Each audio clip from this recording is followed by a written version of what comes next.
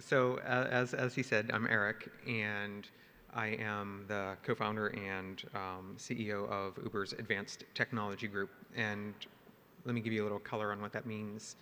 So I've been working in the robotics field for a really long time, about 20 years now. And it's all been about self-driving technology, and the ATG is Uber's focused effort on bringing self-driving to its ride-sharing platform. And we started 5 years ago to the day last week, and I'll tell you a little bit about what it means and what it's all about. All right, so Uber's been committed to self-driving cars, and the thing that we say is self-driving cars, they drive more than themselves, all right?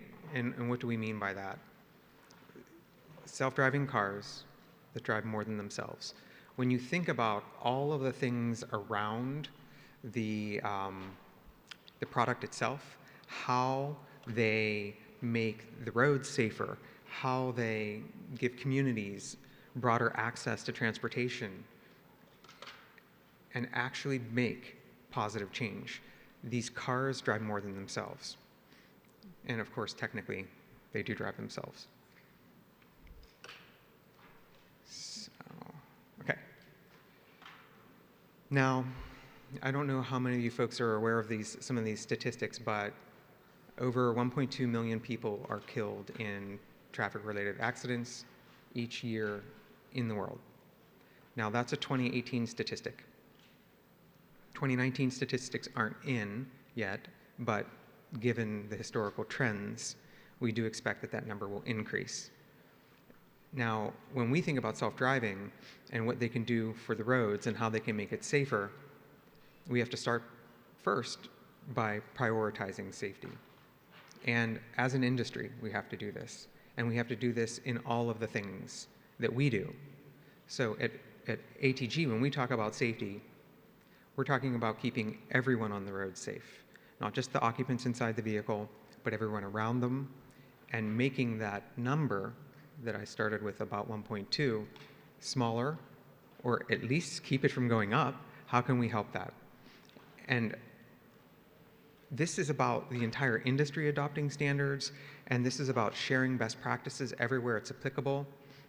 What do they do in aviation? What do they do in aeronautics? What do they do that makes the things that we know and use safer every single day? How can we take from those things and apply them to what we're doing? It means never cutting corners and always doing the right thing. And we do that by first understanding our cities, which is one of the things that we're doing here in DC right now. Understanding what our technology is actually capable of. Really, really knowing it. And then, of course, testing those capabilities in virtual environments. And once we're finished testing them in the virtual environments, we test them on our test tracks. We have a handful of test tracks. Our test track in Pittsburgh is 54 acres. And on this 54 acres, we've built a mini city. And this is a city where you can reconfigure it, you can change the shape of it, you can add new challenges to the vehicle. And only when our system has been through all of these virtual worlds, test track worlds, do we then put these vehicles onto public roads in auto.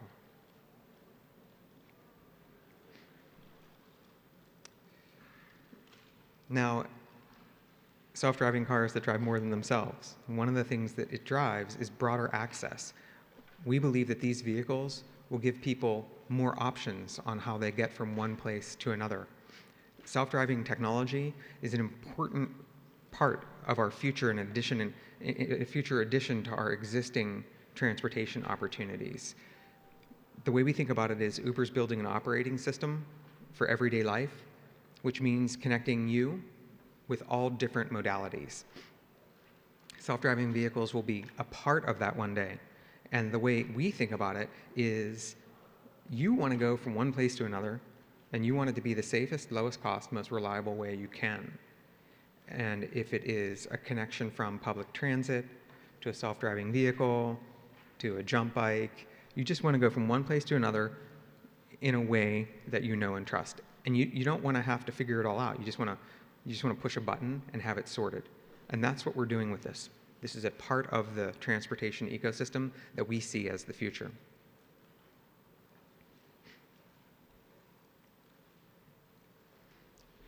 Now, of course, the technology is something that is super interesting and we live and breathe in. But I think it's important to understand that while we build this technology, this isn't a race to get it on the roads at any time. It's about building it as well as we can. It's about a rigorous approach. And this might not always feel like the fastest thing in the world, but we're about doing this the right way and not this is some winner-take-all kind of at all costs thing. That's not how we see this. At ATG, we're prioritizing testing and development and making sure we're only putting technology on the road that is safe.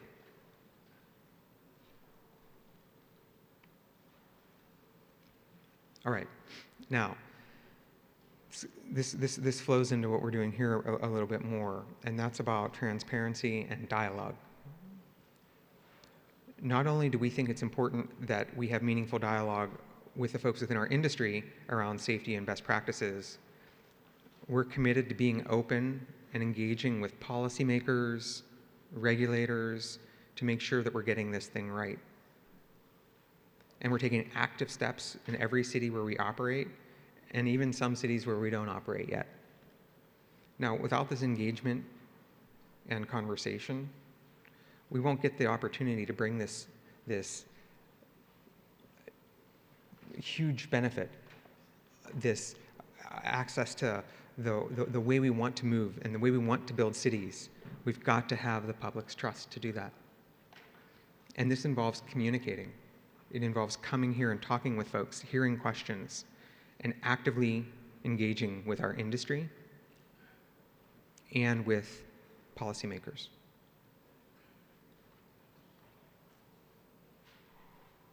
So what does this collaboration across the industry look like? It's an extremely important part of the dialogue, and I'm very encouraged by the emergence of industrial collaborators like UL, SAE, and how we're coming together to build these safety case frameworks and the processes that we see for developing this in a safe manner and engaging with these industries and partners so that we can all build around best practices for safety. We do not want to be in a situation where our industry is competing around safety. Our safety case framework is an example, what you see here, kind of a little bit of a slide set, where this is working, where we're working with active partners throughout industry to bring this set of ideas and processes together and publicly.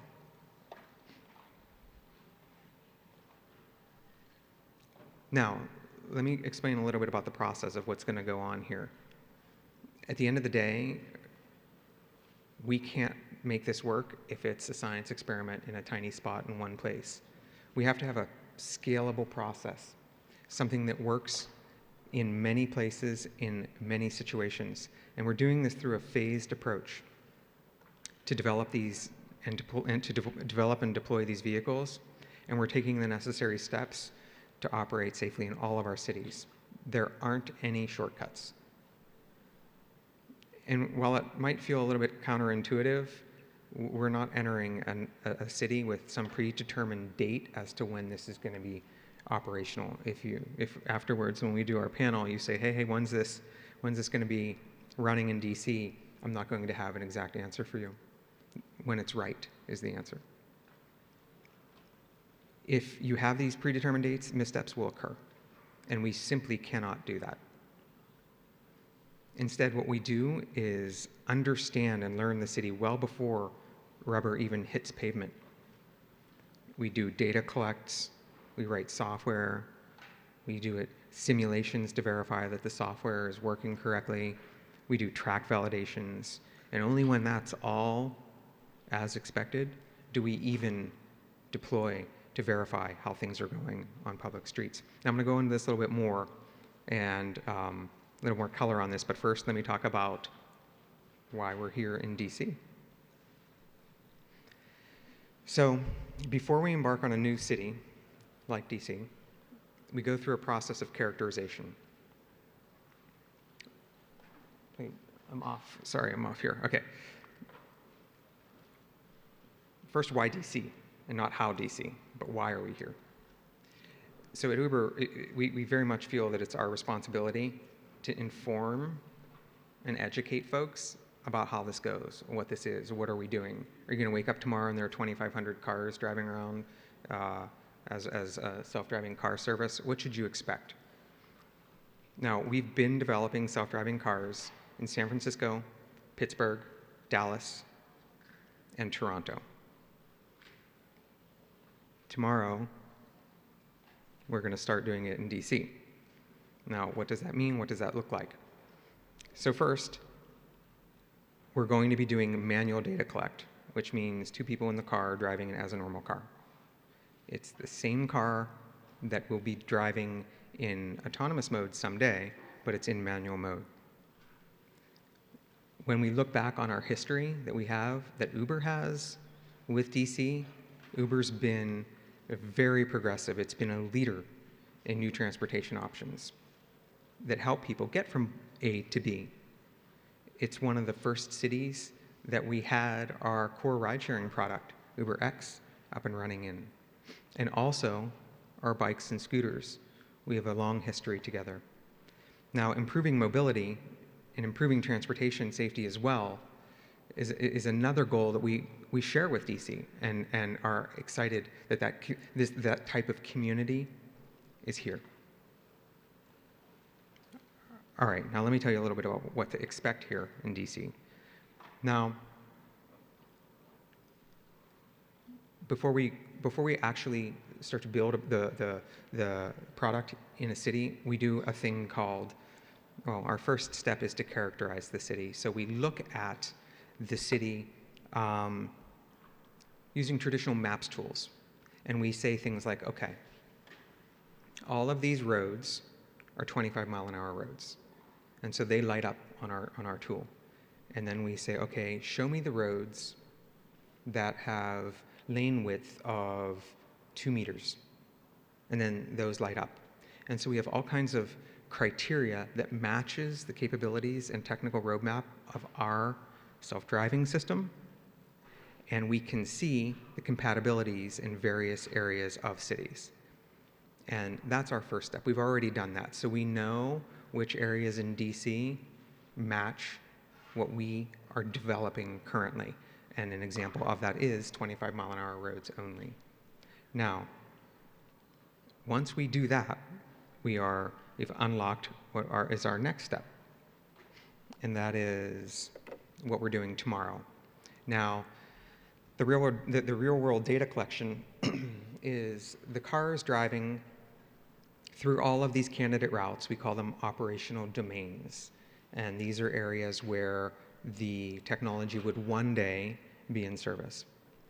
Now, once we drive all through these, you're going to see, or as we drive all through these, you're going to see the car that looks just like the self-driving car that you'll see in service in some amount of time, or whatever it is, and how many months or years that is.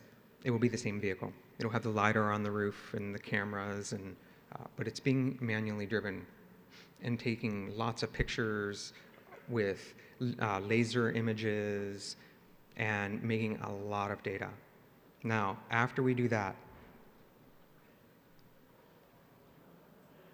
we take all of this data home and we build a 3-dimensional map. We build what we call a high definition rich map, which is geometrically correct and allows the car to understand the rules. Then a couple weeks later, with that map loaded on the car, it comes back and it's manually driven again. Once we do that, we have to go through all of our testing, all of our simulation, track testing, And only at that time would we enable the car to drive with the safety drivers, with a mission specialist in the driver's seat and the passenger seat. Then it would be engaged in auto. Now, I don't have an exact date on when that's going to be, but we do expect, as we're building this out with regulators and with our technology roadmap, that we'll be able to do that sometime in 2020.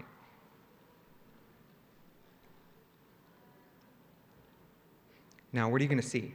What's going to be on the ground? Tomorrow, 3 cars will come. There's 3. And they come in a tractor-trailer truck. And it looks like a race car trailer. And inside the trailer is a little service center, a little data center, offices.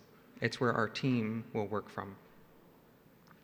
The cars will only operate in manual drive, again, with a mission specialist in the driver's seat and in the co-pilot seat, during daylight. We won't run at night. We won't run in inclement weather. So if it's raining or snowing, which obviously is a thing here, we won't be operating.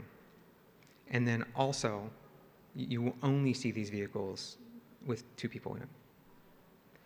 Now, like I said, we expect the first phase of this data collect to be a couple weeks, and then we'll go home for a few weeks, crunch the data, and come back with the maps in the cars. The cars do not talk to the world. They operate as their own entity. They're not following GPS or anything like that. They're a contained unit.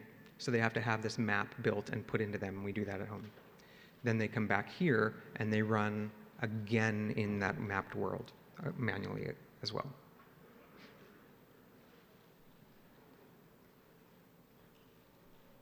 Okay, so one of the things that I hope that we walk away from today, from this presentation and this conversation, is that you have a better understanding of what's going to come on tomorrow. It's not going to be car haulers with thousands of cars and off they go. It's just going to be a few cars. We're going to continue to have a dialogue and really try and engage and keep everyone informed of how this goes. This understanding, it's not just critical to our long-term success, but we think it's critical to our entire industry's success, and one that has the potential to save, like I mentioned before, countless lives. So before we go into Q&A, I just want to thank you for coming, and I want to thank you for engaging and